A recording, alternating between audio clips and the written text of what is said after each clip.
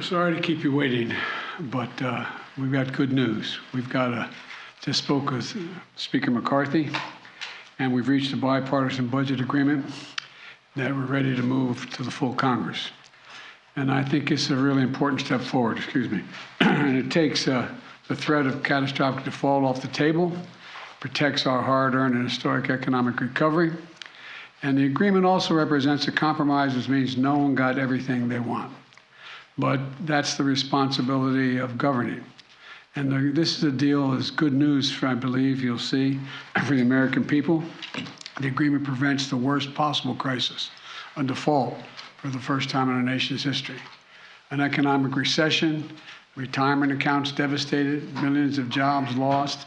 It also protects key priorities and accomplishments and values that congressional Democrats and I have fought long and hard for. Investing in America's agenda that's creating good jobs in communities throughout the country.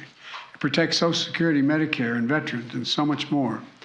The Speaker and I made it clear from the start that the only way forward was a bipartisan agreement. That agreement now goes to the United States House and to the Senate. I strongly urge both chambers to pass that agreement. Let's keep moving forward on meeting our obligations and building the strongest economy in the history of the world. I'll take a few questions. President, you said at the beginning that the debt ceiling was not negotiable. Isn't that what you've just done here? And isn't that what you guys, look, we're not negotiating the debt ceiling. Here's the deal. They passed the debt ceiling, and they said they'd only do it on condition that it have all these cuts in it. I said, I'm not going to do that. You pass the debt ceiling, period. I'll negotiate with you on the cuts, what you say, what's going to happen, what the budget's going to look like. That's what we are negotiating in order to get to them deciding that they're going to go along with a new debt ceiling, meaning that it's not attached. So something totally different attached than was attached before. So if you want to try to make it look like I made some compromise in the debt ceiling, I didn't. I made a compromise on the budget. That's what they wanted, is you to make a compromise on the budget, and that's what you've done, even though you haven't gone as far as they wanted. Isn't that right? Sure, yeah. Well, can you think of an alternative?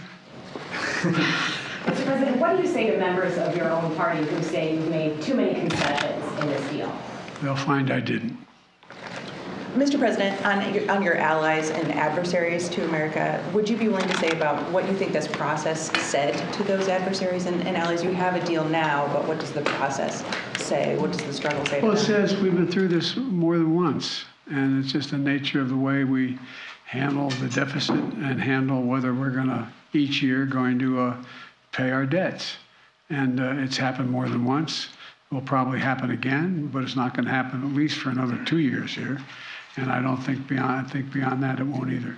Mr. President, do you think it's time for the U.S. to get rid of the debt limit? That this is, for the reasons you just laid out? No, I think it would cause more controversy getting rid of the debt limit, although I am exploring the idea that we would, at a later date, a year or two from now, decide whether or not the 14th Amendment, how that actually would impact on whether or not you need to do the debt limit every year. But that's another day.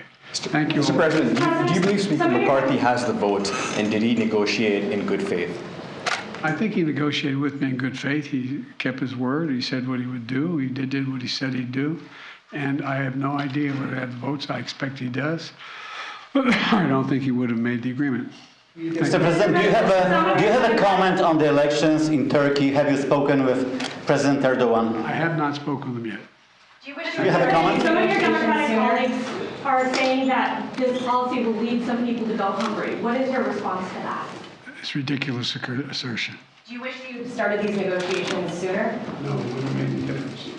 Mr. President, is financial aid for Ukraine secured in your new budget?